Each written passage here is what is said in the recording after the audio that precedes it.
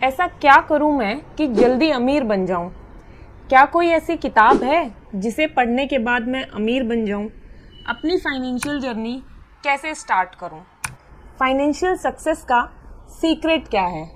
ऐसे बहुत सारे क्वेश्चंस हम सब के मन में आते हैं। तो इन सभी क्वेश्चंस का एक ही जवाब है, अगर आपको अमीर बनना है तो आपको फाइनेंशियली लिटरेट होना पड़ेगा। अब सवाल ये है कि फाइनेंशियली लिटरेट बने कैसे? क्योंकि फाइनेंस और पैसों के बारे में हमें स्कूल में तो कुछ सिखाया नहीं जाता। स्कूल्स तो हमें बस प्रोफेशनल स्किल्स सिखाते हैं, फाइनेंशियल स्किल्स नहीं। तो फाइनेंशियल लिटरेसी को मास्टर करने से पहले हमें ये इंश्योर करना होगा कि हमारी फाइनेंशियल फाउंडेशन स्ट्रॉन्ग हो।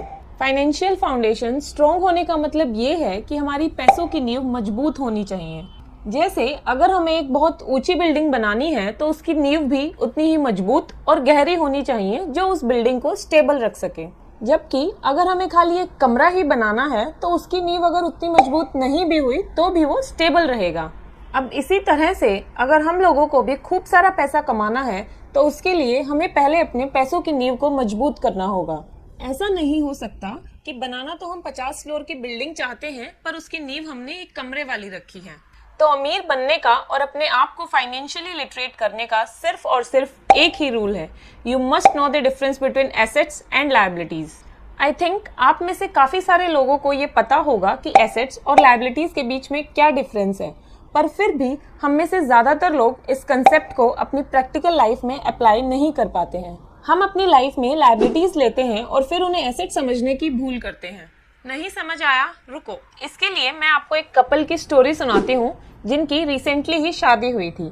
शादी के बाद ये लोग अपने रहने के लिए एक घर रेंट पर लेते हैं जिसकी हालत बस ठीक ठाक से ही थी। कुछ साल तो वो लोग उसी घर में रहते हैं, पर फिर कुछ दिनों बाद उन्हें लगने लगता है कि उन्हें अपना खुद का घर लेना चाहिए और इसके लिए वो दोनों सेविंग्स करने का डिसीजन लेते हैं। दोनों मिलकर कमाना शुरू करते हैं और धीरे धीरे सेविंग्स करते हैं। अब एक दिन फाइनली वो अपना घर लेते हैं और उसके लिए थोड़ी बहुत तो डाउन पेमेंट करते हैं और बाकी बैंक से लोन लेते हैं। अब भाई नया घर लिया है तो फर्नीचर भी नया होना चाहिए जो उस घर के साथ मैच करे, और एक गाड़ी भी होनी चाहिए, तो वो नया फर्नीचर और गाड़ी भी ले लेते हैं। अभी तक सब नया नया अच्छा लग रहा था, लेकिन एक दिन उन्हें रियलाइज होता है कि उनकी लायबिलिटीज बहुत ज्यादा बढ़ चुकी हैं। एक तरफ घर के लोन की ईएमआई जा रही है और दूसरी तरफ गाड़ी के लोन की ईएमआई। अब इसी कहानी से मिलती जुलती हम सब की कहानी भी है। हम भी ऐसे ही लोन और ईएमआई के नीचे दबे हुए हैं। हम सब सपने तो देखते हैं एक आलीशान घर के, महंगी गाड़ी के और खूब सारे बैंक बैलेंस के, पर अफसोस जैसी हमारी फाइनेंशियल प्लानिंग है उससे लोन पे, आई रिपीट, लोन पे घर और गाड़ी तो आ जाते हैं पर बैंक बैलेंस नहीं बचता। हम में से 90% लोग पैसे के लिए सिर्फ इसलिए स्ट्रगल करते हैं क्योंकि हमें एसेट्स और लायबिलिटीज के बीच का डिफरेंस ही नहीं पता होता। तो बिल्कुल सिंपल वर्ड्स में अगर एसेट्स और लायबिलिटीज का मतलब समझाऊं तो एसेट्स वो होते हैं जो आपकी जेब में पैसा डालें और लायबिलिटीज वो होती हैं जो आपकी जेब से पैसा निकालें। सिर्फ इतनी सी बात है। So, if you want to be rich, spend your life buying assets, and if you want to be poor or middle class, spend your life buying these liabilities. अब इसी में एक कैश फ्लो पैटर्न का concept भी आता है जो हमें ये समझने में मदद करता है कि कैसे एसेट एक इंसान को अमीर बना सकता है और लायबिलिटी गरीब। कैश फ्लो पैटर्न का मतलब है कि जो हमारा पैसा है वो किस डायरेक्शन में मूव कर रहा है, मतलब पैसा हमारी जेब से बाहर जा रहा है या अंदर आ रहा है। अब इसके लिए हम एक एक करके रिच, पुअर और मिडिल क्लास इंसान के कैश फ्लो पैटर्न को समझते हैं। पहले पुअर इंसान का कैश फ्लो पैटर्न देखते हैं।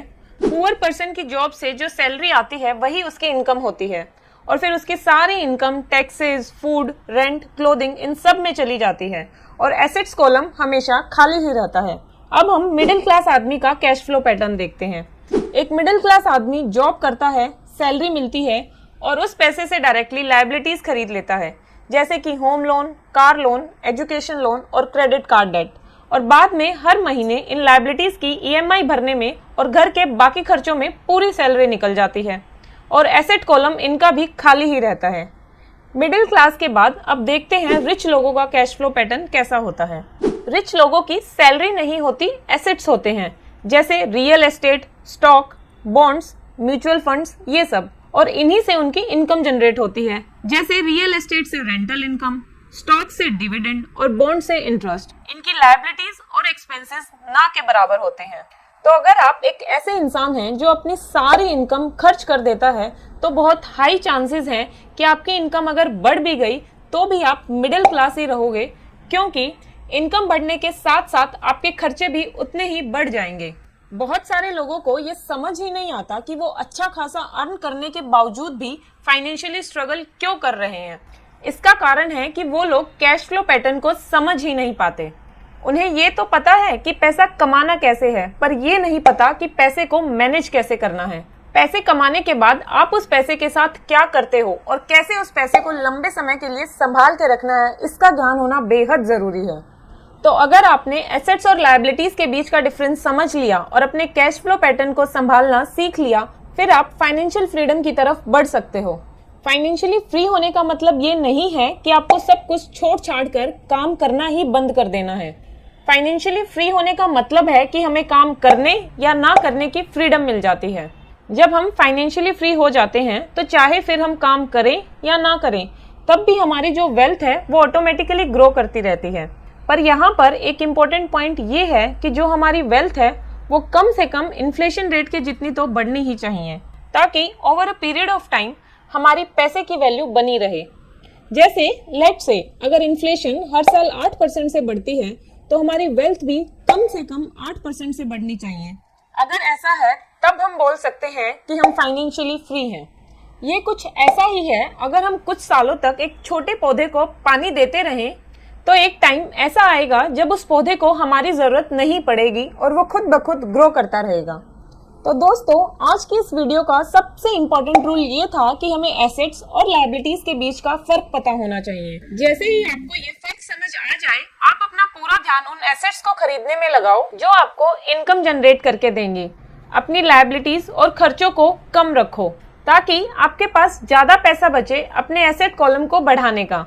जैसे ही आप ऐसा करोगे तो आपके अंदर कॉन्फिडेंस आएगा थोड़ा रिस्क लेने का, क्योंकि आपका एसेट बेस इतना स्ट्रॉन्ग हो गया होगा कि आप किसी ऐसे इन्वेस्टमेंट में भी पैसा लगाना अफोर्ड कर पाओगे जो आपको 10 से 20 गुना रिटर्न भी दे सकता है, जो आपके 10 लाख रुपए को 10 करोड़ में बदल सकता है।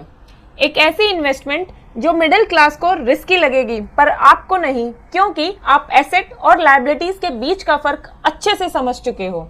याद रखना, फाइनेंशियली लिटरेट आदमी के लिए इन्वेस्टमेंट कभी रिस्की नहीं होती। तो दोस्तों, अगर आपको हमारी वीडियो अच्छी लगी तो लाइक और सब्सक्राइब करना ना भूलें। Thank you.